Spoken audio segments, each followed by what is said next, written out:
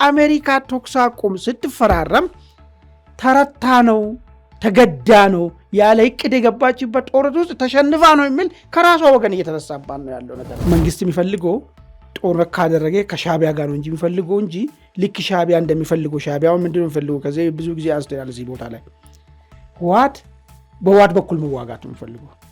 ለምርጫ ሁኔታ አመቻቻሉ። ጥር 25 ድረስ ምርጫ ጣቢያን አዘጋጅተ ለመራጭ ምዝገባ እንዲደረግ ሁኔታ አመቻችተ ደብዳቤ ላክ ሲባል ጀነራል ታደሰ የማይቻልበት ብለ ደብዳቤ መጻፍ እንኳን ነገር ነው። በንቀት ነው ያለፈው ጀነራል ታደሰ። እሳቸው ፍላጎት ላይኖራቸው ከሚችልበት ነገሮች ውስጥ ለምሳሌ ዋንስ ትግራይ ክልል ውስጥ ህግና ስርዓት ቢሰፍንና ምርጫ ቢካሄድና ሌላ ወገን ቢመረጥ ቲፒኤልኤፍ የሚባለው ፓርቲ ኤግዚስተንስ አደጋ ውስጥ ይገባል። ይሄ ጉዳይ በዚሁ ተመቆየቱ ራሱ ቲፒኤልኤፍን ያለ ወታደርና ወይ ያለ ጥይት ወጪ መደምሰሻ ስትራቴጂ ነው ብሎ ፌደራል መንግስት ሊያስብ ይችላል። ይህን ተቀብሎ ፈርሙ መጡ ቀን በሚቀጥለው ቀን ህዝባዊ መስተነስቶ ምናልባት አሜሪካ ውስጥ መንግስት የሚለዋወጠው በህግና በስርዓት በምርጫ ነው። አዲስ ትዕይንት ልናይ እንችላለን። መጀመሪያውኑ ወደዚህ ወደ ኢራን ጦርነት የተገባ ያለ ጥናትና ያለ በቂ ዝግጅት የተገባ ጦርነት ነው የሚል ነገር ነው ተቀመጠው። ህወሓትንም ማወቅ አይችልም። ዝም ብሎ ህወሓት ብቻ ነው የትግራይ ህዝብ የሚገባው መጥ ነው የሚሰጠው። አሁን ግን ህወሓትና የትግራይ ህዝብ በደንብ አድርጎ እየተዋወቁ ይሄዱ። በተዋወቁ ቁጥር ደግሞ የትግራይ ህዝብ ህወሓት ላይ የሚያወራርዱ ሐሳብ አለ። ጀነራል ታደሰን ወደ ክልል መሪነት ደረጃ ያመጣቸው ይሄ ቀውስ ነው። ይሄ ቀውስ ከተፈታ እኮ ጀነራል ታደሰ ምናልባት እንደ አንድ ሪታየር እንዳረገ አንድ ጀነራል የሆነ ጦር ቤታቸው ውስጥ ይቀመጣሉ እንጂ እንደዚህ የፖለቲካ ነገሮችን በወሰንና ቁንጮ ላይ መቀመጥ አቂሙ ሁኔታው የላቸው። ትጥቅ ማስፈታት በተመለከተ የተሻለ የህወሓት ሰራዊት እንዲሰለጥን እንዲጎለብት እንዲታጠቅ ነው ያደረጉት እንጂ አንድም ትጥቅን ወደ መከላከያ ሰራዊት የመለሱበት ወይ ደግሞ ታጣቂውን በዲሞቢላይዜሽን ወደ ማህበረሰብ የቀላቀሉበት ነገር የለም።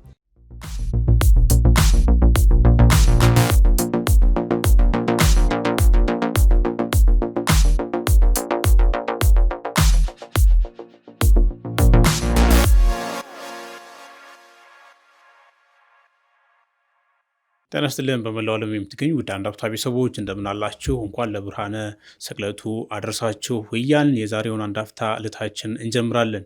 የመጀመሪያውን ጉዳያችን እናስተዋውቃችሁ። ጀነራል ታደሰ ወረደ ከአዲስ አበባ ስልጣን ተቀብለው ወደ መቀሌ በተመለሱ ማግስት ህወሓት ሹመታቸውን እንደማይቀበል አስታውቋል። ህወሓት ከጠቅላይ ሚኒስትር አብይ አህመድ የሰጠውን የጀነራል ታደሰ የአንድ ዓመት ስልጣን ማራዘሚያ ውድቅ አድርጓል። ውሳኔውንም የተናጠል ውሳኔ መሆኑን ዓለም አቀፉ ማህበረሰብ ይውቅል ተብሏል።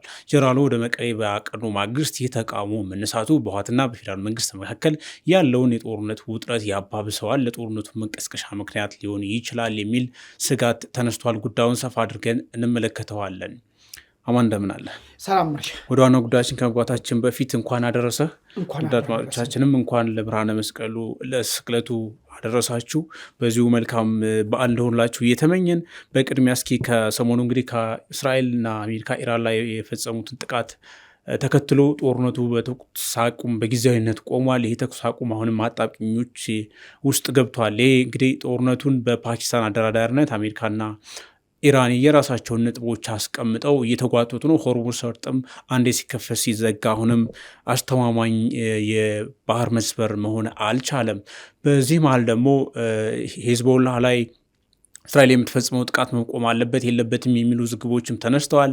ኢራን እንግዲህ ያነሳች ያለችው ነገር እስራኤል በሂዝቦላ ላይ ወይም በሊባኖስ የምትፈጽመውን ጥቃት ካላቆመች የተኩስ አቁሙን ትቼ እወጣለሁ እያለች ነው። ትራምፕ ደግሞ ስምምነቱ እንደዚህ አይደለም የሚል ማስጠንቀቂያ እየሰጡ ነው። ለመሆኑ በኢራንና በአሜሪካ መካከል ለ2 ሳምንት የተደረገው የተኩስ አቁም ስምምነት አሁን ባለበት አጠራጣሪ ሁኔታ 2 ሳምንቱ አልቆ ዳግም ጦርነት ይመለሳል ወይስ ደግሞ ባለበት ወደ ዘላቂ ሰላም ያመራል የሚለው ጉዳይ አነጋጋሪ ሆኗል። አማን በዚህ ጉዳይ ላይ በተወሰነ መልኩ አጭር አስተያየት አጋራንና ወደ ዋናው ጉዳይ እንገባለን። መልካም መርሺ፣ አመሰግናለሁ። እንግዲህ በዋነኝነት 39 ቀንን ያስቆጠረው የኢራን አሜሪካ እስራኤል ጦርነት ትራምፕ ማስጠንቀቂያ ሰዓት ካስቀመጡ ሰዓት ሊደርስ ትንሽ ሰዓታት አስቀድመው እንግዲህ በፓኪስታን አደራዳሪነት ተኩስ አቁም ተፈርሟል። ተኩስ አቁም ይፈረም እንጂ ትላንትና ነገሩ የተባለውም ሆርሙዝም አልተከፈተም፣ ዝግ ነበረ። በዛው ልክ ደግሞ ሂዝቦላ ላይ እስራኤል ጥቃት ስትወስድ ነው እንግዲህ የነበረችው።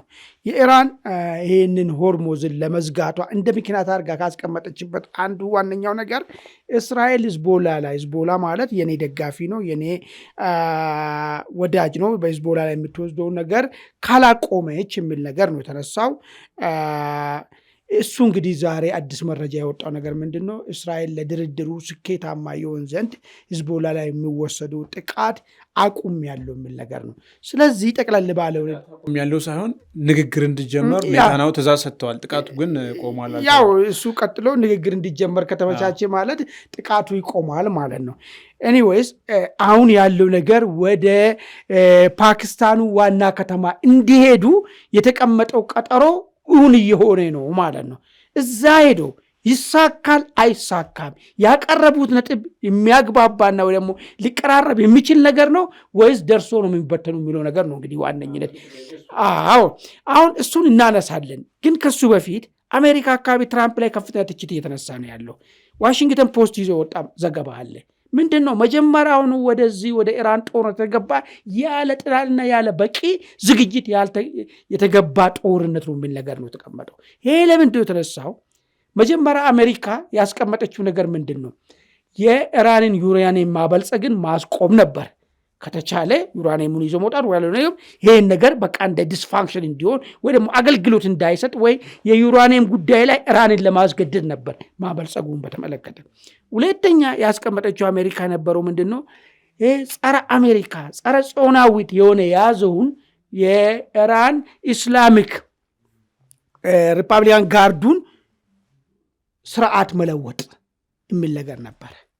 ይሄ ሁለቱ ነገር በዋነኝነት አንዳቸው ባልተፈጸሙ፣ አንዳቸውም ሳይፈጸም ጦርነቱ ይዞ የመጣ ውጤት ሆርሙዝ መዘጋት፣ ሆርሙዝ ክፈቺና አትክፈቺ የሚል ነገር ነው መደራደሪያ ውስጥ የገባ ያለው ነገር ማለት ነው። ስለዚህ አሜሪካ ተኩስ አቁም ስትፈራረም ተረታ ነው፣ ተገዳ ነው፣ ያለ እቅድ የገባችበት ጦርነት ውስጥ ተሸንፋ ነው የሚል ከራሷ ወገን እየተነሳባት ነው ያለው ነገር ማለት።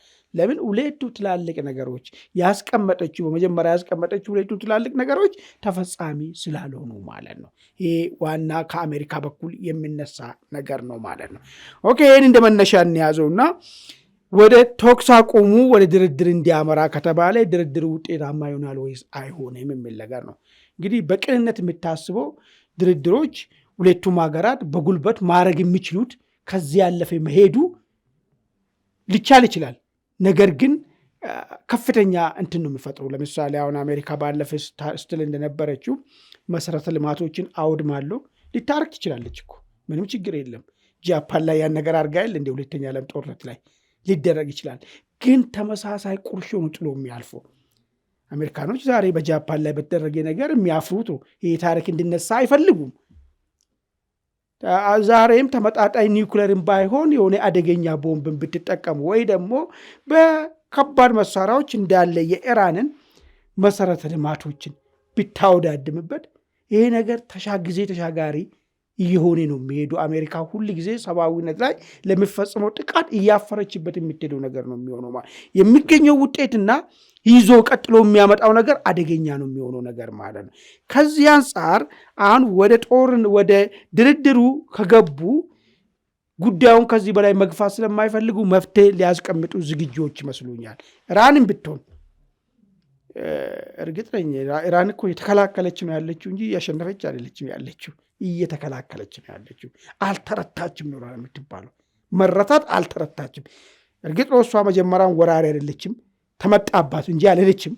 ግን ስመጣ እየተከላከለች ነው ያለችው እንጂ አሜሪካን እያሸነፈች ወይ እስራኤልን እያሸነፈች አይደለም ያለችው። ስለዚህ ኢራን በዚህ በኋላ መቀጠሉ ለኢራንም አዳጋች እየሆነ ነው እየሄደ ያለው ነገር። ከዚህ በኋላ መጨመሩ አገሪቷን ማድቀቅ እንደሆነ ይረዳሉ። ስለዚህ ይሄን ሁለቱ ወገን ይሄን ከተረዱ ምንድነው ፍላጎታቸውን ያቻችላሉ ወይስ እንዴት ነው? ሶስት ነገር ነው ኢራን ካቀረበችው ውስጥ አደገኛ ነገር የሚባሉት። አንደኛ ሆርሙዝን እንዲቆጣጠር ይወሰንልኝ ነው። ሁለተኛ ኒውክለርን የማበልጸግ መብቴን ይጠበቅልኝ ነው የምለው። ሶስተኛና አደገኛው ነገሩ የአሜሪካ ሰራዊት ከገልፍ አካባቢ ነቅሎ ይውጣ ብለን ይሄ አሁን አሜሪካ ትቀበላለች። ለአሜሪካ ይሄ በቁም መሞት ነው። ይህን ተቀብሎ ፈርሞ መጡ ቀን በሚቀጥለው ቀን ህዝባዊ አመፅ ተነስቶ ምናልባት አሜሪካ ውስጥ መንግስት የሚለዋወጠው በህግና በስርዓት በምርጫ ነው። አዲስ ትዕይንት ልናይ እንችላለን። አመፅ በሌላ ሀገር ላይ ተደርጎ መንግስት እንደሚለወጠው ሁሉ አሜሪካ ላይ አመፅ ተነስቶ መንግስት ሊለወጥ የሚችል ይህን ፈርመው ከመጡ ትራምፕ። ስለዚህ ይህን አይፈርሙም። ምንድን ነው የሚደረገው ታዲያ ልትለኝ ትችል ይሆናል። ምንድን ነው የሚሆነው? ማቻቻል የሚባል ነገር አለ። ይሄ ፖለቲካ ነው። ቅድም እንዳስቀመጥኩ ኢራንም ከዚህ በኋላ መቀጠል ከፍተኛ አደጋ ነው። ምናልባት አደገኛ ሁኔታ ውስጥ ሊገቡ ይችላሉ አሜሪካኖች ከጨከኑ። ቅድም እንዳስቀመጡ ዘወረስቱን ተግባራዊ ካደረጉ ኢራን የሚባል ነገር እስከ ዛሬ ተለፋበት ስልጣን ሊጠፋ ይችላል። ስለዚህ ይሄ ከሚመጣ ያለውን ነገር ማቻቻል ምን ያቻችሉ እስቲ በእንደኔ የራሱ ሀሳብ ብትለኝ ሊሆን የሚችለው ድርድሩ ይቋጫል። ወደ ጦርነት የሚመለሰው አይመስለኝም። እኔ ግን ደግሞ ሁለቱም እጃችንን ከቃታው ላይ አላነሳንም ያሉ የተዛዛቱ ይባላል። እሱ እኮ የፖለቲክስ እኮ ድርድር ማግስትም እኮ ጥይቶች ይሰማሉ። የተለመደ ነገር ነው። በአንዴ አይደለም ሁሉን ነገር ወደ ኖርማላይዝ በአንዴ ልክ ወደ ጦርነት እንዳልገባ ሁሉ በአንዴም ከጦርነት ውስጥ አትወጣም። እና ድርድሩ ምን ይሆናል ካልከኝ እኔ ወደ ጦርነት ይመለሳሉ ብዬ አላስብም። በቅንነት ላስብና ማለት ነው። ሊሆን የሚችለው ነገር ምንድን ነው? ኢራን ኒውክለር ጉዳዩን እንድትቀጥል ማለት ምንድን ነው? ለኃይል ወታደራዊ ነገር ሳይሆን ለኃይል ማመንጫነት እንዲቀጥል እና አሜሪካ ይችላሉ። ይህንን ግን የሚቆጣጠር የአሜሪካ ቢሮ በኢራን ውስጥ እንዲቋቋም አንዱ የድርድር አካል ይሆናል ብዬ ይገምታል። አሁን በአሜሪካ ደረጃ እርግጠኛ ለመሆን ይህንን ቅድመ ሁኔታ ልታስቀምጥ ትችላለች። ሁለተኛ ሆርሙዝን በሁለቱም ቁጥጥር እንዲሆን ማለት ምንድን ነው? በአሜሪካና በኢራን ማለት በሌላ አነጋገር አሜሪካ አድቫንቴጇን ኢራን ጎን ጦሯ እንዲቀመጥ እድል ይሰጣታል ማለት። ይሄንን በመስጠት ኢራን ላይ የተቀመጠውን ሳንክሽኖች ሙሉ ከዚህ በፊት ጣለባት ማዕቀቦችን ሁሉ ልታነሳላት ትችላለች። እንደዚሁም ደግሞ ኢራንን መልሶ የመገንባት ሂደት ውስጥ አሜሪካ ይግዛ ልታደርግ ትችላለች። ከገልፍ ይውጣ የሚባል ጦር ድርድር ውስጥ አይገባም።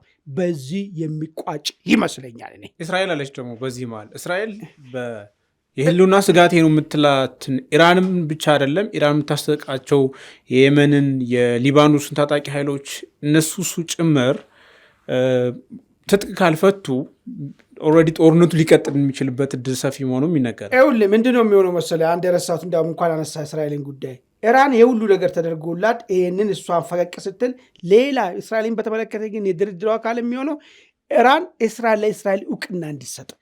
አሁን እንግዲህ አይቴ ከሆነ የአብዮቱ የ79 አብዮት ሲመጣ ከዛ በፊት ኢራን የመጀመሪያ ኢስላሚክ ስቴት ነች።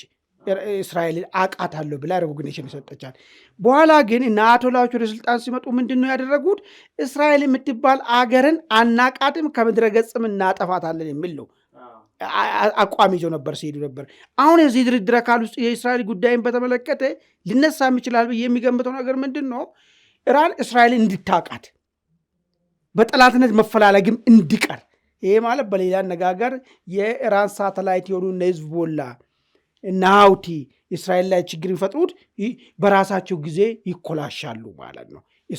ኢራን ከዚህ ሂደት ውስጥ እጇን ካወጣች ይህም የድርድሩ አካል ይሆናል የሚል ግምት ይኖረኛል። እንግዲህ በዚህ 2 ሳምንት ውስጥ የሚሆነው እንመለከታለን፣ አብረን እንታዘባለን። ወደ ቤተሰቦቻችን ወደ ዋና ጉዳይ እናልፋለን። እንግዲህ ጠቅላይ ሚኒስትር አብይ አህመድ የትግራይ ጊዜያዊ አስተዳደር ስልጣንን ለ1 ዓመት አራዝመዋል።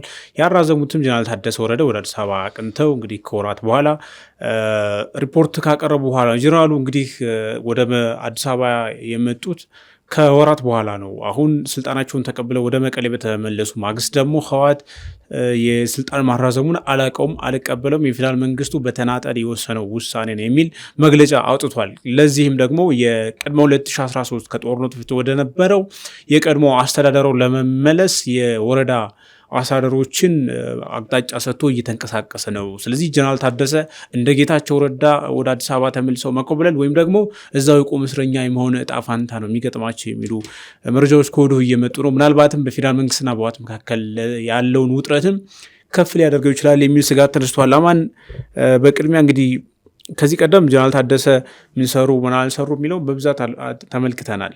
ግን ጠቅላይ ሚኒስትሩ የጀነራል ታደሰን ስልጣን ሲያራዝሙ ምን አስበው ነው፣ በምን ስሌት ነው የሚለው ጉዳይ አጠያቂ ነው። ምክንያቱም ጀነራል ታደሰ እዛ ላይ ያን ያክል የጎላ ተጽዕኖ የላቸውም። የፌዴራል መንግስቱንም ፍላጎት ደግሞ በማስፈጸም ደካማ ናቸው ተብሎ ይታማል። ከዚህ አንጻር እንዴት ታየዋለህ?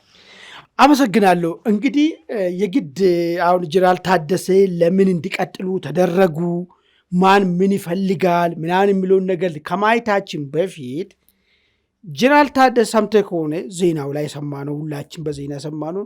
ጀነራል ታደሰ የ1 ዓመት ስራ ግምገማ አቀረቡ የሚል ነገር ሰምተናል። ጥሩ።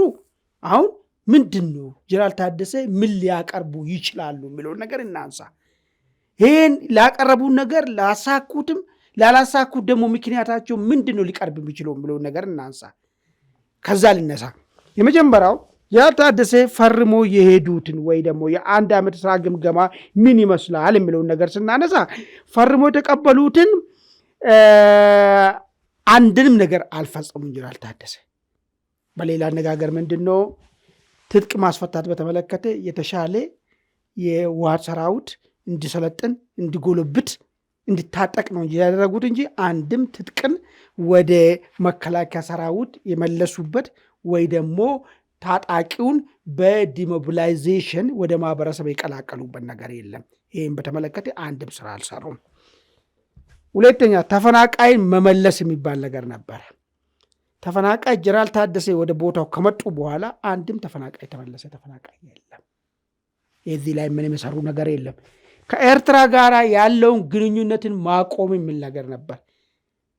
በድንበር ደረጃ አቶ ጌታቸው ያሉ በሰሚ ይሰማለው ነው ያሉት። አቶ ጌታቸው የምታስታውስ ከሆነ ሻዕቢያ ሰዎች እዚህ ድንበር አካባቢ ይንቀሳቀሳሉ የሚል ነገር እሱን ጀነራል ታደሰ አድማሱን አሰፍቶ ወደ መቀሌ ላይ የደህንነት ኃይሎች ስብሰባና የጦርነት እቅድና ትንተና እንዲሰሩ የሻዕቢያ ሰዎች እሱን ነው ያመቻቹት።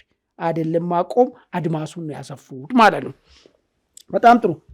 ለምክክር ሁኔታዎችን ማመቻቸት የሚባል ነገር ነበር። ምክክር የሚካሄዱ አሉ ጀነራል ታደሰ ቅድመ ሁኔታ ነው ለምክክር ያበጁለት።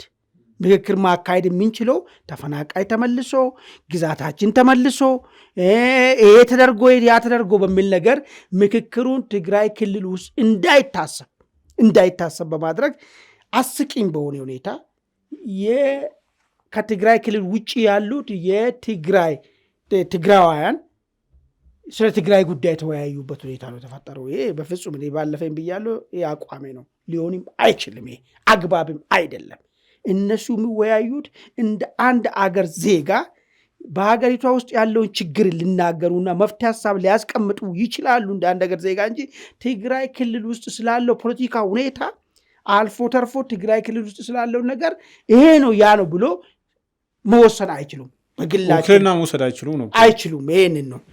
ሌላ ለምርጫ ሁኔታ አመቻቻሉ። ጥር 25 ድረስ ምርጫ ጣቢያን አዘጋጅተ ለመራጭ ምዝገባ እንዲደረግ ሁኔታ አመቻችተ ደብዳቤ ላክ ሲባል ጀነራል ታደሰ የማይቻልበት ብለ ደብዳቤ መጻፍ እንኳን ነገር ነው። በንቀት ነው ያለፈው ጀነራል ታደሰ። ይሄንን ሁሉ ነው እንግዲህ የተገበገበው በእርግጠኝነት ማለት ነው ሊሆን የሚችለው ይሄ ከስራ አንጻር ነው። ከዛ ውጭ ግን አንድ ሪፖርት ሰምተናል። አማን ቆይ ልጨርስና ትመጣለሽ። ምናልባት ከዚህም አልፎ ጦርነትን እኛን ያደረግነው በሚል ነገር ጸለምትና ማይጸበሬ ላይ ጦርነት ተከፍቶ ነበር ባለፈ ማለት ነው። ጀነራል ታደሰ እኛን ያደረግነው ብሎ በይፋ መግለጫ ሰጥተዋል። እሱን የሴኪሪቲ የደህንነት አደጋ መፍጠራቸውን እሱን ነው እንግዲህ ወይ ስራ አፈጻጸም ተብሎ የተገመገመላቸው ወይ ደግሞ የፈጠሩ ችግር ተብሎ የተገመገመላቸው።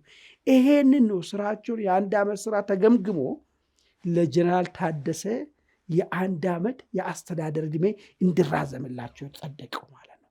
አሁን ቀጥል። እንዳልከው ነው ማለት የተፈረመ ቃል ኪዳን ሰነድ ስለነበረ እሱን ቆጥረህ ሪያሊቲው መሬት ላይ ያለውን ሰው እንደ ዜጋ መገምገም ይቻላል። እንዳልከው ልክ ነው። ግን በግምገማው ላይ ተነሳ የተባለውና ተገኘ የተባለውን ውጤት ፋና ኢቲቪ ያሉ የመንግስት ሚዲያዎች አንድ የ10 ምናምን ደቂቃ ዘገባ አቅርበዋል። ትግራይ ከጦርነት ባሻገር በልማት ጎዳና የሚል አንድምታ ነው ያለው። በግምገማው ላይ የተፋሰስ ልማት፣ የግብርና ምናምንም እነዚህ ተሳክተዋል። የጦርነት ነጋሪት የሚደልቁት ትግራይ ጨለማ ውስጥ እንዳለች ለማስመሰል እንጂ የልማት ጎዳና ውስጥ ነው ያለችው የሚል ሪፖርት ሰምተናል። ይሄ በራሱ ምንድን ነው የሚል ምክንያት በጣም አነጋጋሪ ጉዳይ ነበር። እኔ አሁን ይኸውልህ ወንድሜ አንተ ካልከው ሪያሊቲ ጋር ሌላ የሚጣረስ ነገር ምንድን ነው የማስበው? ልማት በጣም ጥሩ ነገር ነው። ልማት ግን መጀመሪያ ለልማት ሳንካ የሆነውን ነገር በማረጋጋት ነው። እኔ አሁን አልጠብቅም በዚህ ሰዓት ትግራይ ክልል እኮ ችግር ውስጥ ያለ ክልል እኮ ነው። ችግር ስለ የሀብት ችግር ምናምን አይደለም። ፖለቲካሊ ችግር ውስጥ ያለ ገና የታመመ ከበሽታው የዳነ ያለ ነው። ዋናው ነገር ከበሽታው ከፈወስኮ በኋላ ነው ስለ ልማትና የምናወራበት ሁኔታ ማለት ነው። እናውራ ደግሞ ከተባለ መንግስት ሰራተኛ እንኳን ደሞዝ መክፈል ያልተቻለበት ሁኔታ ነው የተፈጠረው የተባለ ልማት አለማውን ብትል አሁን ይሄም ራሱ ስድብ አይሆንም ወይ? አሁን አንተ የምትለውን ነገር ተው፣ እሱን እለፈውና እሱ ይመጣ ነበር። እሱ እንዲመጣ ለሱ ቅድመ ሁኔታዎች ናቸው እነዚህ የተዘረዘሩ። አስቻይ ሁኔታ አለው ስራ የተሰጣቸው። ይህንን ቅድመ ሁኔታ ያልሰራው ሰውዬ ልማትን አበለጸኩ እንትን አደረግኩ ስል በጣም ይሄ ልክም ያልሆነ ንግግር ነው። ኦኬ እሱን እንተውና አሁን ጥያቄው እንግዲህ አንተ ያስቀመጥከው ነገር አለ መሬት ላይ ያለም ሀቅ ነው። የድና አይደረግም። ሉዓላዊነትን ማስከበር የለም። ሻዕቢያ በደንብ እየገባ ነው። የጽምዶ የሚለው ግንኙነታቸው በደንብ እየጠናከረ ነው። ምክክር፣ ምርጫ ምንም ስፔስ የለም። ዝግትግት ያለ ነገር ነው። ይሄ ሆኖ ሳለ ጠቅላይ ሚኒስትሩ ለጀነራል ታደሰ ገመገምኳቸው የአንድ ዓመትም ስልጣን ሰጠዋቸው ማለታቸው ምንድን ነው የሚነግረው? እሱን ነው አሁን ይሄ ጥሩ ነገር ጋር መጣ። እውነታው ወይ ከሆነ የጀነራል ታደሰ ፈጸምኩ የሚሉትን ነገር ወይ ደግሞ ለምን እንዳልፈጸሙ እውነቱን የሚያውቁት እሳቸው ናቸው እውነቱን የሚያውቁት። አሁን እኛ ከእርግጠኛ ከእውነታው በጆሮአችን ስላልሰማን ያለውን ነገሮችን ቀጣጥለን ጀነራል ታደሰ ሁሉ ጉለት እያላቸው እንደ ስልጣናቸው ይጨመርላቸው ይራዘምላቸው ተባለ የሚለውን ትንተና የምንሰራው ማለት ነው። ጉለቱ ያስቀመጡ ነገር ነው። አንድም ነገር አልፈጸሙም፣ ግን ስልጣናቸው ቀጥሏል። ለምን እንዲቀጥላቸው ተደረገ የሚለውን ነገር ነው። እሱን ላንሳለን። 3 መሰረታዊ ነጥቦችን አነሳላለሁ። የመጀመሪያው ከቅንነት አንጻር እነሳ። ይህንን ቅድም የተዘረዘሩ ነጥቦችን ጀነራል ታደሰ ሊፈጽሙ ያልቻሉት እነዚህን ለመፈጸም በቂ አቅም እና ጊዜ የለኝም የሚል ጥያቄ አንስቶ ሊሆኑ ይችላሉ። ይሄ ከባባድ ነገሮች ናቸው። ባለኝ አቅም ፓወር የመወሰን ፓወር ማለት የመወሰን ፓወሬ ዝቅተኛ ነው። በዚህ ምክንያት ይህንን ጉዳይ ሊፈጽም አልቻልኩም። አሁን የመወሰን አቅሜ ከጨመርኩ እያሳደግኩ ነው ያለሁትና አሁን ጊዜ ቢጨመርልኝ ይህን ነገሮችን ማስፈጸም ይችላሉ የሚል ነገር አቅርቦ ሊሆኑ ይችላሉ። ሌላ እንግዲህ ህወሓት ውስጥ የተፈጠረ ጉዳይም ችግሩም ምቹ ሁኔታ አልፈጠረልኝም የሚል ነገር ሊያነሱ ይችላሉ። ምንድነው ህወሓት ውስጥ የተፈጠረው? በእነ ዶክተር ደብረጽዮንና በእነ አቶ ጌታቸው መካከል ልክ ተፈናቃይ መመለስ ሲባል የጌታቸው ሀሳቢ ማራመድ ጀመርክ ሊሉት ይችላሉ። ሌበሊንግ አለ። ምክክር እናድርግና አካል ነው ሲባል ይሄማ እነ ጌታቸው እነ ፌዴራል መንግስት ሀሳብ ነው ብሎ ሌበሊንግ ለምን የመለያ ነጥቦቹ እሱ ስለሆነ የሻዕቢያ ጉዳይ ሲያነሳ ኦኬ ይሄንማ እኮ ፌዴራል መንግስት ጋር ሄዶ ገሊ የገቡ ሰዎች የሚያነሱ ክስ ነው። አሁን እርስዎ የሚያነሱት ነገር ጀነራል ታደሰም አሉ በዶክተር ደብረጽዮን በኩል የአቶ ጌታቸው ሀሳብን ነው እያራመዱት ያሉ። ለምን የተለያዩበት ነጥብ ራሱ አንዱ የእነዚህን ነገሮች ለመፈጸም ምቹ ሁኔታ እንዳይፈጠር ፈጥሮልኛል ብሎ ምክንያት ሊያቀርቡ ይችላሉ ማለት ነው። ስለዚህ በዚህ ምክንያት አልፈጸምኩም ብሎ እነዚህ ባይኖሩ ኖሮ እነዚህ ነገሮች ለመፈጸም እኔ ፈቃደኛ ነኝ ብሎ ሊከራከሩ ይችላሉ። ጀነራል ታደሰ አላቅም ትንተና ነው እየሰጠሁት ያለው። ሁለተኛ ደረጃ ጀነራሉ ራሱ ማለት ጀነራል ታደሰ ማለት እነዚህ ነገሮች እንዲፈጸሙ የማይፈልጉ በመሆኑ ምን ማለት ነው? ይህ ማለት ለምን አይፈልጉም? አንድ ነጥብ ማንሳት እንችላለን። ጀነራል ታደሰን ወደ ክልል መሪነት ደረጃ ያመጣቸው ይሄ ቀውስ ነው። ይሄ ቀውስ ከተፈታ እኮ ጀነራል ታደሰ ምናልባት እንደ አንድ ሪታየር እንዳረገ አንድ ጀነራል የሆነ ጦር ቤታቸው ውስጥ ይቀመጣሉ እንጂ እንደዚህ የፖለቲካ ነገሮችን መወሰንና ቁንጮ ላይ መቀመጥ አቂሙ ሁኔታው የላቸው። ስለዚህ ይሄ ክሮስ እንዲፈታ ላይፈልጉ ይችላሉ። እሳቸው ስልጣን ዘመናቸው ማንኛውም ሰው ስልጣን ስለሚፈልግ ከስልጣን መውረስ ስለማይፈልግ ለምሳሌ ትግራይ ወደ ተረጋጋችው ሌላ ከመጣች እንደዚህ አይነት ስልጣኖችን የሚይዙ ሌሎች የተሻሉ ሰዎች ሊሆኑ ይችላሉ። ሌሎች ሲቪል ሰዎች ሊሆኑ ይችላሉ። መሻል እንኳን ጥያቄ ምልክት ውስጥ ብናስቀምጥ ሲቪሎች ሊሆኑ ይችላሉ እንደዚህ የክልል መሪ ሆኖ መቀጠል። ስለዚህ ጀነራሎች ነገር ቀውሷ እስከቀጠለች እኔ ስልጣን ይቀጥላል በሚል ምክንያት ይህን ነገር ላይፈጽሙ ፍላጎት ሊኖራቸው ይችላል ማለት ነው። አሁን ስልጣን የሚያሰጣ ነገር አለ ደግሞ እንደሱ እንዳትል ኦልሬዲ ወደ ጦርነት እያመራ ያለው ጥረት ነው አሁን ያለው። ሁሌ ይመጣበታል። እሱ ላይም የማይዘልቅ ስልጣን ያጓጓሉ። ስልጣን እኮ ለተቀማጭ እኮ ነው እኮ ምን አገባ አንተ አገሩ ነዶ እዚች ሰርክል ውስጥ ቁጭ ብለ ደርጎች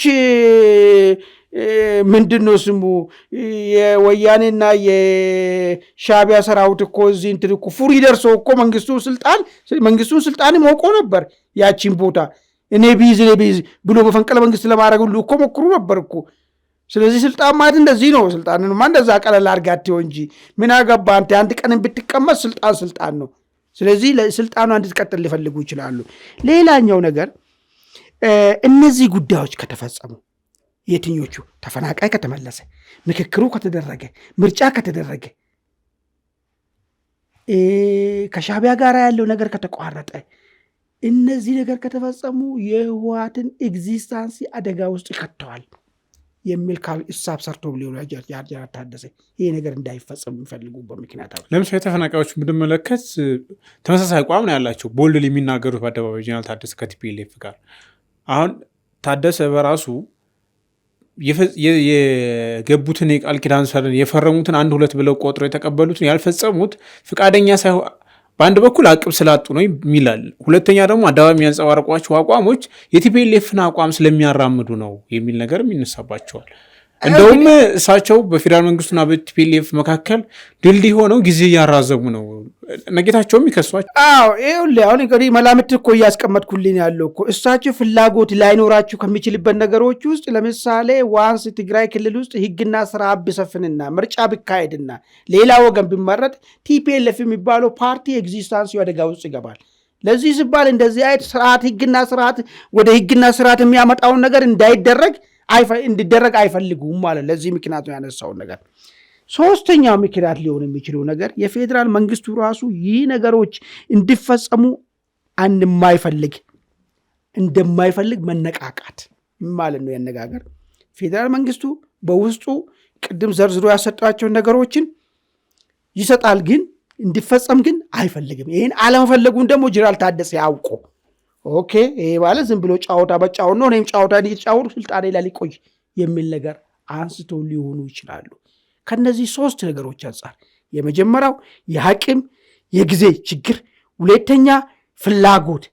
ይሄ ከተፈጸመ የህግና ስርዓት ከትግራይ ላይ ከሰፈነ ህወሓት የሚባለው ነገር ይቀልጣል፣ ይሟሟል።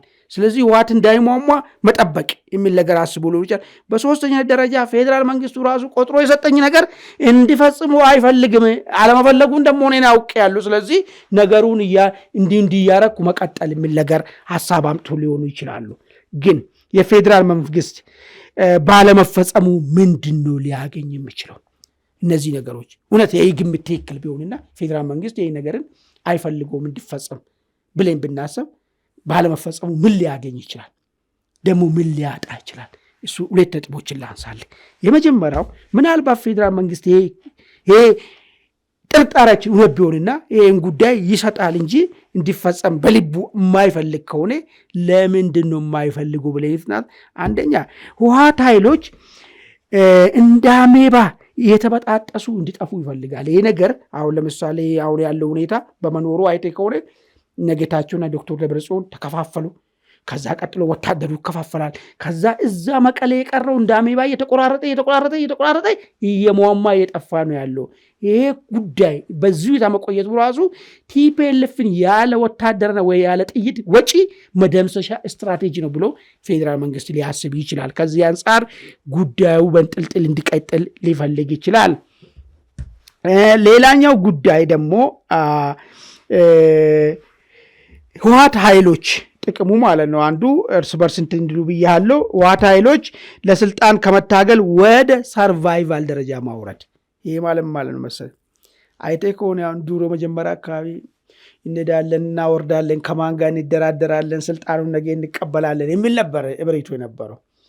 ከዛ ከተመቱ በኋላ ከፕሪቶሪያል መልስ ግን እንሄዳለን የሚል አንድች ቀን ከአፍ አይወጣም እያሉ አሁን ምንድን ነው እየጠየቁ ያሉት? እንደ ፓርቲ እንቀጥል፣ ሰርቫይቭ እናርግ። አሁን ስልጣን የሚባል ተረስቷል። ሄደን መንግስት እንገለብጣለን የሚል ነገር ተረስቷል። አሁን ሰርቫይቭ እናደርግ፣ እንደ ፓርቲ እንኳን እንደ ግለሰብ እንኳን እንቀጥል፣ እዚህ ደረጃ ላይ እንዲሄዱ ያደርጓቸዋል። የመጨረሻው የትግራይ ህዝብና ህወሓት በደንብ ይኸውልህ፣ በፊት የትግራይ ህዝብ ህወሓትን መተቸት አይችልም፣ ህወሓትንም ማወቅ አይችልም። ዝም ብሎ ህወሓት ብቻ ነው የትግራይ ህዝብ የሚገባው መጥ ነው የሚሰጠው። አሁን ግን ህወሓትና የትግራይ ህዝብ በደንብ አድርጎ እየተዋወቁ ይሄዱ። በተዋወቁ ቁጥር ደግሞ የትግራይ ህዝብ ህወሓት ላይ የሚያወራርዱ ሀሳብ አለው። ይሄ እድል እንዲፈጠር፣ ይሄ ጉዳይ በዚህ በንጥልጥል እንዲቀጥል ይፈልጋል የሚል ግምት ልናስቀምጥ እንችላለን። ግን ይሄ ነገር ጉዳት የለውም ወይ ነው? ጉዳት፣ አደገኛ ጉዳት አለው። 2 ነጥብ ላንሳለ። አንደኛው ሀገረ መንግስቱ ላይ ባልካናይዜሽን ስሜት እንዲፈጠር ያደርጋል። ዝም ብለህ ህወሓትን አስቡ፣ 8 ዓመት በዚህ ሀገረ መንግስት ስር አልገበረም። ይሄ የመነጠል የመለያየት የመበታተን ነገሮችን ስሜትን ያመጣል። ይሄ ነገር ምንድን ነው አሁን የምትለው? አሁን በዚህ ሀገር ታሪክ ውስጥ ማለት ነው ይሄ 8 ዓመት ትግራይ የኢትዮጵያ አካል ነች ብለህ ነው የምታስቀምጠው? ከኢትዮጵያ ተለይታለች ብለህ ነው የምታስቀምጠው? እንደ ሌላ ኢትዮጵያ አካል ክፍል እንደፈለግ ሄደ እንደፈለግ ከዚህ መጥቶ ኢንተርቬንሽን አለ። ይሄ ባልካናይዜሽን የመበታተን ነገር ስሜት ይፈጥራል። ይሄ ስሜት ደግሞ አንድ ቦታ ተፈጠረው ይጋባል። ነገስ ለምሳሌ ሸኔ እኔም ትግራይን ይዤ እኔም ኦሮሚያን ይዤ ልካውን ትግራይ ክልል እንደሚደረገው ላይ ጫወታል ብል ፋኖ እንደዚህ ብጫወት ብል ምንድነው ጣፋንቶ ሀገር ላይ መበታተን ስሜትን ያመጣል። ስለዚህ ይሄ አደገኛ ሁኔታ ነው ያለው። ሌላኛው ነገር የታሪክ ጉዳይ፣ ታሪክን ጉዳይ ጥያቄ ነው። ምንድነው ምን ጻፉ ነገር እኮ ታሪክ እኮ ይጻፋል። አሁን ለምሳሌ ታሪክ ጸሐፊዎች ልክ የመጨረሻው እስከ ለውጡ ድረስ ያለውን ይጽፈዋል። ከዛ ከለውጡ ማግስትም ያለውን የሰሜኑ ጦርነት እንዴት የተፈጠረ ይጻፋል። ከዛ በኋላ የሚባለው ነገር ላይ ትግራይና ብልጽግናን እንዴት አድርጎ ነው የሚጽፈው ታሪኩ? ብልጽግና የሚባል ፓርቲ ኢትዮጵያን ባስተዳደረበት ዘመን ትግራይ ከማዕከላዊ መንግስት ተነጥሎ ወይ ከማዕከላዊ መንግስት ስራ አልገባ ወይ አልወጣ፣ እንዴት ተደርጎ? ይሄ ለታሪክም ጥሩ ነገር አይደለም። ይሄ ነገር እንደዚህ አይነት ነገር ይሄን ጉዳት አለው ማለት ነው። ኦኬ፣ ይሄ ከሆነ ጀነራሉ ከላይ ለጠቀሱት ጉዳዮች ግብአት ሆኖ እያሉ ግብአት ሆኗል። ጀነራሉ አሁን ተርተናችሁ ለምን በድጋሚ ተመረጡ የሚል ነገር ማንሳት ይችላል። እንግዲህ ይሄ ሁሉ ችግሮች እያሉ ይሄ ሁሉ ምስቅልቅል ይሄ ሁሉ አሁን እየነገርኩ ከምን ድረስ አገረ መንግስት ከማናጋት ድረስ ያለው ስጋቶች በተፈጠሩበት ደረጃ ለምንድን ነው ጀነራሉ አሁንም የተመረጡት የሚለውን ነገር ሳይ 3 ነገር ይመጣልኛል። የመጀመሪያ ጉዳዩ በኖ ዋር ኖ ፒስ እንዲቆይ ለማድረግ ጦርነት የለም፣ አሁን ሰላምም የለም የትግራይ ክልል። ይሄ ማለት ሁሉም ጊዜ እየገዛ ነው። አጀንዳው ሌላ መንገድ ነው ማለት የሚፈለገው ነገር ማለት ነው። አንድ በአንድ ይሄድበታል። ሁለተኛ መንግስት ሆነ ህወሓት ለጦርነት ጊዜ መግዣ ጊዜ ስለሚፈልጉ ዋጋት ይፈልጋሉ። ጊዜ እየጠበቁ ነው ማለት ነው። ጊዜ ነው መግዣ ነው። ለጊዜ ግን ጥሩ ጀነራል ታደሰ ጥሩ ሰው ናቸው፣ ምቹ ሰው ናቸው። ለዛም ነው 2 ቦታ ይረግጣሉ ይባላል። በቃ ምንም ምቹ ሰው ናቸው። ህወሓትም ይፈልጋል። አሁን በኋላ እናነሳለን። ህወሓት አልቀበለ ዝም ብሎ ጫወታ ነው እሱ የፈለገው። ትንሽ ጀነራል ታደሰ አበጥ እንዳይሉና ጀነራል ታደሰ በደንብ የአማኑኤል ታች ሆኖ እናክቹዋል እንዲሆኑ ስለፈለገ ነው እንጂ ጀነራል ታደሰ አልቀበለ አይልም። አሁን ይፈልጋል እሱ እስከ መቼ ድረስ? ዛሬ በጦር መግጠም አለብን ብሎ እስከሚወስን ድረስ ማለት ነው። ስለዚህ ለጦርነቱ ምቹ ሰው ናቸው ማለት ነው። ጀነራል ታደሰ ምቹ ከሆኑ ሌላ ለማን ምቹ ሆናሉ ካልክ ለሻዕቢያ ምቹ ናቸው። ባይዞ ለሻዕቢያ እንዴት አቃለ ምቹነታቸው? ህወሓት በእንደዚህ ሁኔታ እንጥልጥል ነገር ወይ ለይቶ ወደ ትግራይ ያልገባ ወይ ለይቶ ወደ ጦርነት አልሄደም መሆኑ ህወሓት ማለት ትግራይ ማለት ለሻዕቢያ በፈር ዞን ነው። የሚገርም ነገር እንደዚህ እንዲቆይ ይፈልጋል ሻዕቢያ። ስለዚህ አሁን ጀነራል ታደሰ ባሉበት ሁኔታ አሁን ሻዕቢያም ይፈልገዋል ማለት ነው፣ በዚህ ደረጃ እንዲቆዩ ማለት ነው። ለምን ኖ ዋር ኖ ፒስ ተመረጠ? ጉዳዩን መቋጨት እየተቻለ ጉዳዩ ወደ አንድ መስመር ማምጣት እየተቻለ ጦርነትም የሌለው ሰላምም የሌለው ሁኔታ ሆኖ እንዲቆይ ለምን ተፈለገ ካልከኝ፣ አንደኛ ጦርነት መንግስት የሚፈልገው ጦርነት ካደረገ ከሻቢያ ጋር ነው እንጂ የሚፈልገው እንጂ ልክ ሻቢያ እንደሚፈልገው ሻቢያውን ምንድን ነው የሚፈልገው? ከዚህ ብዙ ጊዜ አንስተናል እዚህ ቦታ ላይ ህወሓት በህወሓት በኩል መዋጋት ነው የሚፈልገው። የጦርነቱን ሜዳ ኢትዮጵያ መሬት ላይ ማድረግ ነው የሚፈልገው። የጦርነቱ ሜዳ ግማሽ ትግራይና ግማሽ አማራ ላይ ማድረግ ነው የሚፈልገው። እሱ ጫፉ ሳይነካ ይሄ የሞኝ ስሌት ነው። እኛ በዚህ ውስጥ ከገባየለት ተመቻችልለት ማለት ነው። መንግስት ደግሞ ምንድን ነው የሚፈልገው? ጦርነት ከሆነ ቀጥታ ከሻቢያ ጋር መዋጋት ይፈልጋል እንጂ ከህወሓት ጋር መዋጋት አይፈልግም። ለምን ከላኪው ጋር ትዋጋ? አንተ ከተላላኪ ጋር ከምትዋጋ ማለት ነው። ለዚህ ሲባል ጦርነትም የሌለው ሰላምም የሌለው ሁኔታ እንዲቆይ ይደረጋል ማለት ነው። ሁለተኛ መንግስት የሚፈልገው ነገር ምንድን ነው? ህወሓትን በዚህ ደረጃ አዳክሞ የመጨረሻውን የህወሓትን ግብአተ መሬት ፌዴራል መንግስት እንዲወስድበት አይፈልግም። መንግስት ሀራ መሬት ያሉት ኃይሎች ራሳቸውን አደራጅቶ በቂ ሲሆኑ በእነሱ ችግሩ እንዲፈታ ነው የሚፈልገው ነገር፣ በጉልበትም ቢሆን በውዴታም በግዴታም ሌላ ኢንተርፌራንሲ ሳይሆን እዛው ትላንትና አብረው ከተሰለፉ ሰዎች ውስጥ የሀሳብ ልዩነት መጥቶ አንደኛው ሀሳብ አሸንፎ እንዲወጣ ነው የሚፈልገው ነገር ማለት ነው። ለዚህ ሲባል እስከዛ ድረስ ጉዳዩ ጦርነትም የለም ሰላምም የለም በሚል ነገር እንዲቆይ ይፈለጋል ማለት ነው። ይህ በእንዲህ እንዳለ እንግዲህ ጀነራል ታደሰ ተመረጡ፣ ህወሓት አልቀበልም ማለት ምንድነው? ዋስ ኔክስት ነው። በጣም እንግዲህ እዚህ ጋር የጀነራል ታደሰን ባህሪ እናንሳ። ጀነራል ታደሰ ችግር የሌለባቸው ሰው ናቸው። ምንድን ነው ህወሓት ሪሊ አልቀበልም ካለ ይኸውልህ በደንብ አድርጌችን ነጥብ ያዝልኝ። ህወሓት ጀነራሉን አሁን ትላንትና ያለው ምንድን ነው?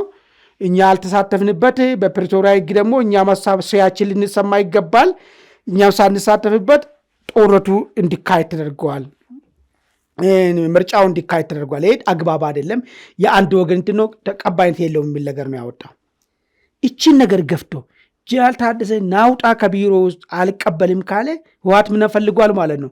ዚህ ዘግዛክ ታይም ብሎ ጦርነቱን ፈልጓል ማለት ነው። ግን በእኔ ትንተና ህወሓትም አሁን ዛሬ ጦርነቱን አይፈልግም። ስለዚህ ይላል እንጂ ማለቱ ለምንድን ነው? ጀነራል ታደሰ በሙሉ ልብ መሪ ነኝ የሚል ስሜት እንዳይሰነ ልቡና እንዳይኖራቸው ነው። ባይዞ ጀነራል ታደሰ ጌታቸው አይደለም። ጌታቸው ህወሓቶችን ይንቃቸዋል። ሰምተሃል? የሆነ ጊዜ ዱሮ በህወሓቶች አካባቢ ነገር ዱሮ የባህዲን ኦፒዲዮም ሰዎችም ይናገሩ ነበር እኮ ህወሓት ሰዎች ይላሉ አይናቸውን አንዴ ጨፍኖ 300 ዓመት ሞድፊት ማለት እንደዛ ነበር። ልክ ህወሓት በቃ እነመለስን የክፍለ ዘመኑ ውስጥ የሚወለድ ሰው ነው ብሎ እኮ መለስን እኮ የሚያወሩ የባህዲን ካድሬዎች እኮ ነበሩ። ይህንን ጌታቸው አንጻራዊ የተማሪም ሰው ስለሆነ ጌታቸው ይህን አይቀበልም። ጀነራል ታደሰ ግን አይመጡባቸውም በዚህ በኩል በእውቀት ቻሌንጅ አያረጉም። የዛ እንትንም ስለሌለ እንዳለ ስለዚህ ህወሓት ይፈልጋቸዋል። ጀነራል ታደሰ ክሪቲካል አይደሉም ህወሓት ላይ ማለት ነው። በዛው ልክ ጀነራል ታደሰ በዚህ ለፌዴራል መንግስትም ችግር የለባቸውም። ያ ሁሉ ነገር ተፈጥሮ እዚህ መጥቶ ተዘንቦባቸውም እሺ ይስተካከላል፣ ችግር እኮ የለውም ይሞከራል ብሎ ነው የሚሄዱት እንጂ ክፉ አይወጣቸው። ስለዚህ በሁለቱም በኩል አሁን ህወሓት ጀነራል ታደሰን አልቀበልም አይለም ጦርነት ካልፈለገ በቀር ግን ትንሽ እብጠት እንዳይሰማችሁ ነው፣ ማስደንገጫ ነገር ነው የተመጣው ማለት ነው። ግን ደግሞ በወረዳ ምክር ቤቶች ደረጃ ወደ ቅድመ 2013 ጦርነቱ ወቅት ተደረበሩ አስተዳደር የመመለስ እንቅስቃሴ ጀምሯል በይፋ ማለት ነው። መግለጫዎች እየወጡ ተመልክተናል። እኛ በቃ ምክር ቤታችንን መልሰናል።